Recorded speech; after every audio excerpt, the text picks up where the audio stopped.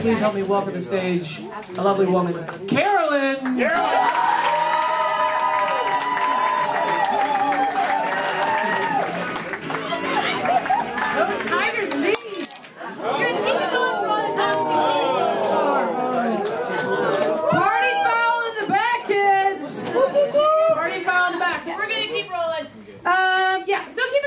Comics you've seen so far. Great night, right? So, during the first round of competition, I told a story I like to call The Ambulance Man. Tonight, I'm going to tell a story I like to call The Ambulance Man.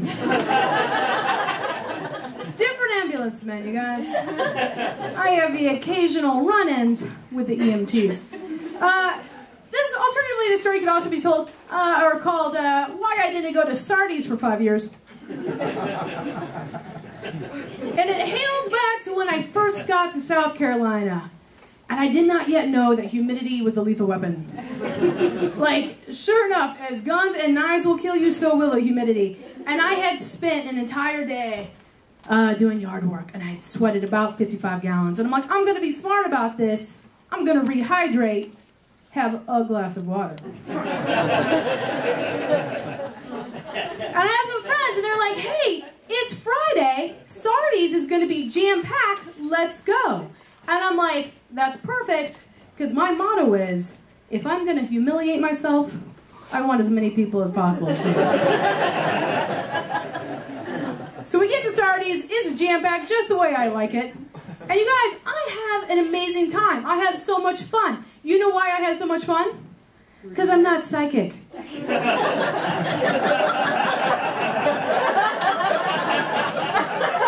Didn't know what was just around the bend.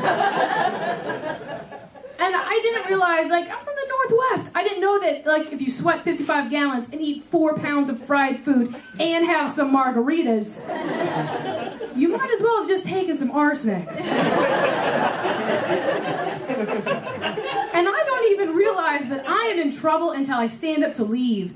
And then my body's like, hey, brain, we got a problem. And my brain's like, how bad is it? And my body goes, I think we're gonna die. And my brain says, well, don't tell anyone. Because when I'm in trouble, this strange thing happens where my brain goes very primitive reptile, and I think there's predators out there, man. I am a wounded zebra, and there could be predators. And so I'm like, all right, if I can just make it home, I'm gonna be okay. If I can just make it home. So I leave the restaurant with my friends, and as soon as I get out the door, my body goes, we're not gonna make it. My brain's like, all right, I got this. We need safety, we need security, women's bathroom, let's do it. So I say to my friends, hey, I'm going to the bathroom. They don't suspect anything's amiss. I go back into the crowded room, I'm weaving my way through the dining room area, and I pass out for the first time.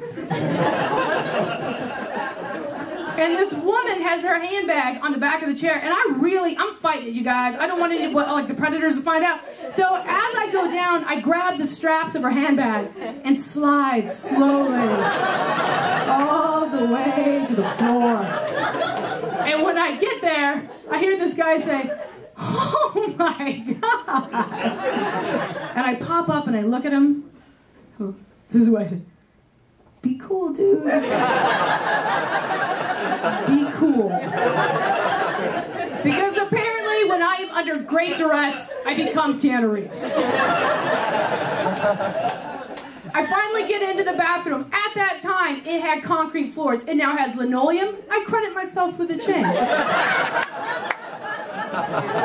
I lock myself into the stall. I sit down, and there's a slight sense of pitching forward. But the next thing I know, I'm in a wildflower meadow at magic hour, and it's so nice. I have a vague sense that not that long ago things weren't good, but now they're great. And I want to stay here forever. But I can't stay there forever because I come to the sound of my waitress scaling the bathroom wall like a ninja, unlocking the stall. Other waitresses come in, and just in case you missed the narrative, I had sat down on the toilet when the forehead went into the concrete, which means I was bare bum to the sky.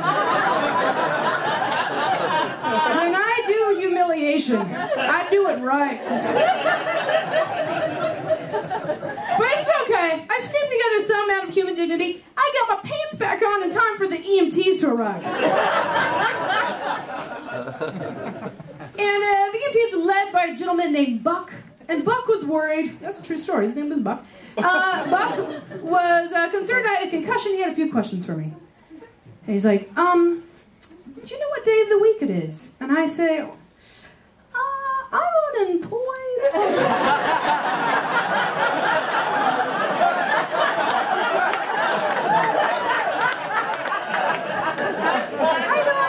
I don't usually know the day of the week. And he's like, okay, well, can you give me your address?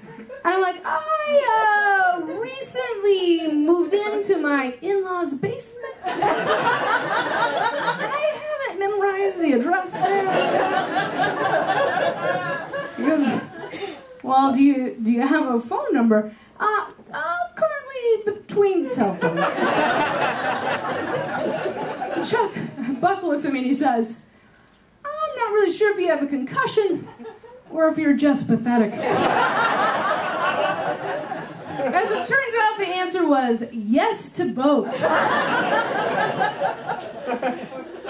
I understand that, like, the term of walk of shame refers to, like, post one night stand, and I'm sure that's, an embarrassing experience. But I tell you what, I've never experienced a walk of shame as I did that day, exiting the bathroom, flanked by the EMTs, going past all the people I passed out in front of. It was a walk of shame to be proud of, you guys. I was pretty proud of it. All right, let's get Harrison back up here. You guys have been amazing.